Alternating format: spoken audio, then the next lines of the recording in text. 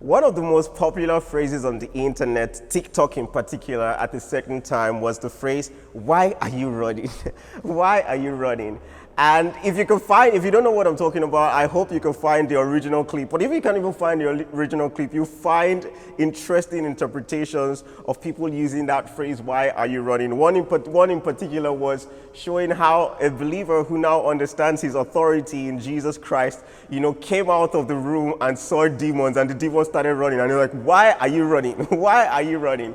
I love it. But what I want to talk about today is something even more important. Maybe not more important, but just as important. And that's how years ago, I used to have, one of three scenarios. Either maybe I have lost my fervency in devotion, or maybe I commit a sin or fall into, just maybe an addiction that used to hold me down. And back then, when I didn't know the Lord or know what to do to grow or to pursue growth, what would happen was I would start to run away from the Lord. I wouldn't want to feel like a hypocrite, so I wouldn't want to go to the Word again. I'll try this thing that a number of people still try to do today, and that's why I'm talking about it, where you're trying to clean yourself up for God. So God is present, and God is, in His wisdom, going to help you to grow by some certain things. Knowing His Word will help you grow and build you up. Communing with Him in prayer will help you grow and build you up. But now you are running away from these two things, either from a very genuine feeling of, I don't want to be a hypocrite and pray today. Like whatever it is, you get to this place where you're running either because you don't know what God is going to do to you, or you are genuinely trying to come back. And so what you want to do is you want to clean yourself up. These two things will put you in trouble, and here's why. If you're running because you think God is going to maybe smash you with a 2x4 condo, that is not true, right? And number two, if you're trying to clean yourself up to come to Him, you're making a big mistake when you move away from the one who helps you grow to try to grow. You see, one of the most important truths that a believer must hold is that God didn't just call you, right, into the kingdom of His Son, save you with His blood for you to be holy and blameless in Jesus Christ. He also commits Himself, right, to you and to your growth. That very scripture in Ephesians chapter 5, verse 25, that a number of people use for the husband to be really serious about their wives, right? He says, "Husband, love your wife as Christ loved the church."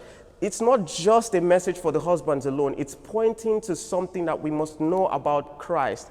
He is our groomer. He's the bride's groom. He's committed to making sure you are grown, you are beautiful, right? And he goes right there to say, just as how He gave Himself up for you and commits Himself to washing you with the water of His word, you have to know that God is committed to your growth. Hebrews chapter 4, right, verse 15 puts it like this. He says, "We have a high priest who can sympathize with us." And he says, because we know we have a high priest who can sympathize with us, we shouldn't run from Him. Instead, we should come boldly to Him. You have to come boldly to someone. That whole verse, in fact, is for people who are falling short in their journey, right? That there is someone who is there for you to make sure that you have not just grace to grow, but mercy. So all the mercy that you're probably praying for right now, God have mercy on me, God give me mercy, that verse says in one sentence that the mercy is yours for obtaining. Come boldly, obtain, not beg for, obtain mercy. And the reason mercy is there to be obtained is because He has prepared for these days, the days when you lose your fervency, the days when you slip back into sin. If you think I'm lying for a bit, look at this verse 2.